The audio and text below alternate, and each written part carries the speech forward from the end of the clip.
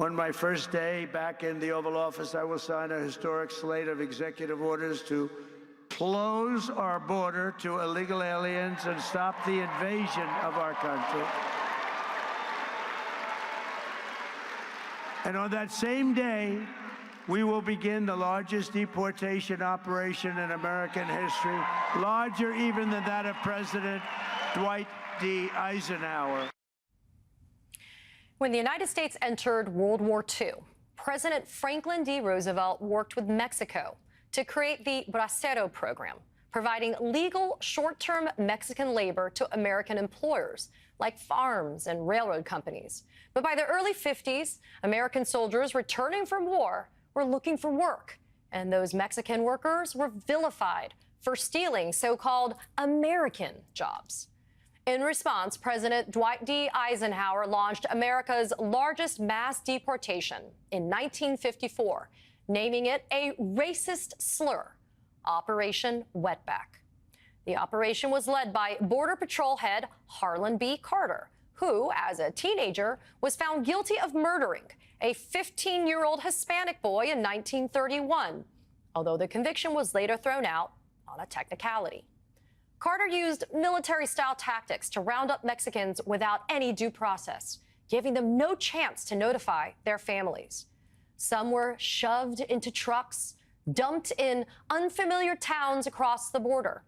In one instance, 88 deportees died after being left in the desert in 112-degree heat. In Texas, a quarter of those deported were crammed onto boats.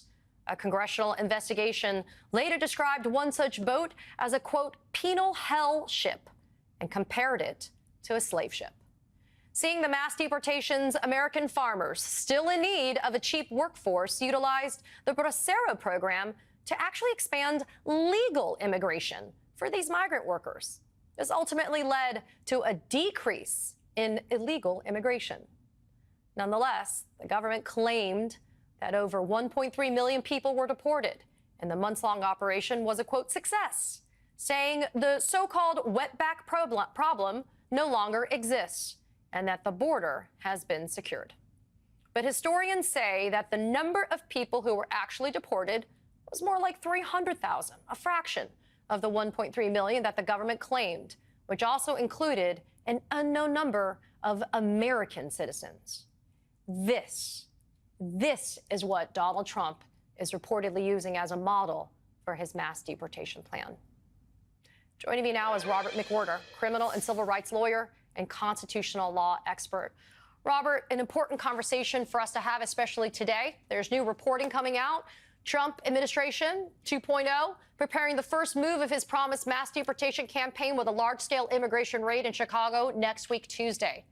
There are currently about 11 million undocumented immigrants in America today, Trump promising to deport between 2 to 3 million of them, in the past claiming that immigrants were, quote, poisoning the blood of our country. Robert, what should immigrants be doing in cities like Chicago to prepare for these mass deportation raids? Well, I think they should be getting a lawyer. I mean, really, this is getting to be really frightening, absurd. And frankly, the scale of this will far exceed what happened under the Eisenhower administration. Most of us, look, it's a historical term, Operation Wetback. Of course, it is a slur. So I'm kind of a little bit, problematic to continue to use that phrase. But this on scale looks like it will be far worse. And frankly, unlike in the 1950s, this has the potential to be a huge expense to the American taxpayer, not only in the cost of doing this, but in the amount of civil damages that are going to occur. I mean, to give you one example, you start deporting American citizens or separating them from their children, that is a multi-million-dollar civil rights lawsuit that the American taxpayers will now have to pay. Robert, and that may get there, God willing, people being able to find the lawyers who will take on these cases and to battle this in court. But let's start from the ground zero of it. What are the rights for some of these immigrants when they're just stopped by ICE and when these raids are happening? Well, they do have to respond to ICE questions about their immigration status, but they do have a right to a deportation hearing. They have a right to assert any claims to defenses from deportation. And of course, that would include the right, for instance, to assert that they may be a United States citizen. Even if they're not a citizen, they may have a right to things like cancellation of removal. Technically, the term is removal, not deportation now in most contexts. Or they may have a right to a waiver or political asylum, any number of other rights that they can assert that they have. Now, this also underscores the very problem. There are not enough immigration judges right now to handle the number of cases going through. If you exponentially increase that, there is no procedural way for that to happen other than drastically increase the size of government. And another part of the Trump administration is the promise to cut the size of government. The fact remains that the somewhat, let's say, about 5,000 immigration agents and Border Patrol officers simply physically cannot process 11 to 13 million people in this country. It is absolutely impossible, nor do you have the infrastructure for those deportation hearings to occur. And what you're going to have happen is what happened in Operation Wetback, where you have the potential to have an even much greater humanitarian violation of what's going on this time around. Robert, white Americans uninterested in the low-paying jobs that would be vacated by these workers, construction workers, hospitality and farm workers, they're doing back-breaking work for low wages and no benefits. My home state of Florida is actually a perfect case study for this. A new law targeting undocumented migrants went into effect in 2023, leading to an actual mass self-evacuation of those that were affected. The Florida Policy Institute estimates this could cost the state $12.6 billion in just 1 year, and that doesn't count the loss of tax revenue. You know, Robert, I find it hard to believe that business owners are supporting Trump's policies if they're resulting in such profound economic loss. Oh, it's absolutely absurd. In fact, to add to that number, it's estimated that it would cost $69 billion just to try to implement what the Trump administration is claiming to do. Look, I'm going to give you a kind of an interesting little fact. When an undocumented person works, they usually get a fake work authorization. It probably costs $150 at your local swap meet to get one of those.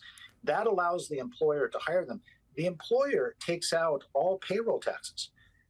That includes Social Security taxes, Medicare taxes, to which the worker receives absolutely no benefit. Right now, we're talking 68 to, let's say, $120 billion in unclaimed remittances in the Social Security Trust Fund. Really, if you want to solve the problem of Social Security solvency and Medicare solvency, more illegal immigration and work will actually solve that problem because they put into the system and get nothing out of it. And that's generally what happens with the economic relationships. And what's going to happen when Donald Trump affects any part of this is just going to be exacerbation of that reality. So what we say in common parlance, Robert, is going to be the find out part. Robert McWhorter, thank you for your advocacy, and I appreciate you being here today. Thanks. My great pleasure. And next on the Katie Fang Show, the latest on the wildfires out of Southern California and new details about what might be responsible for setting them off. Keep it right here.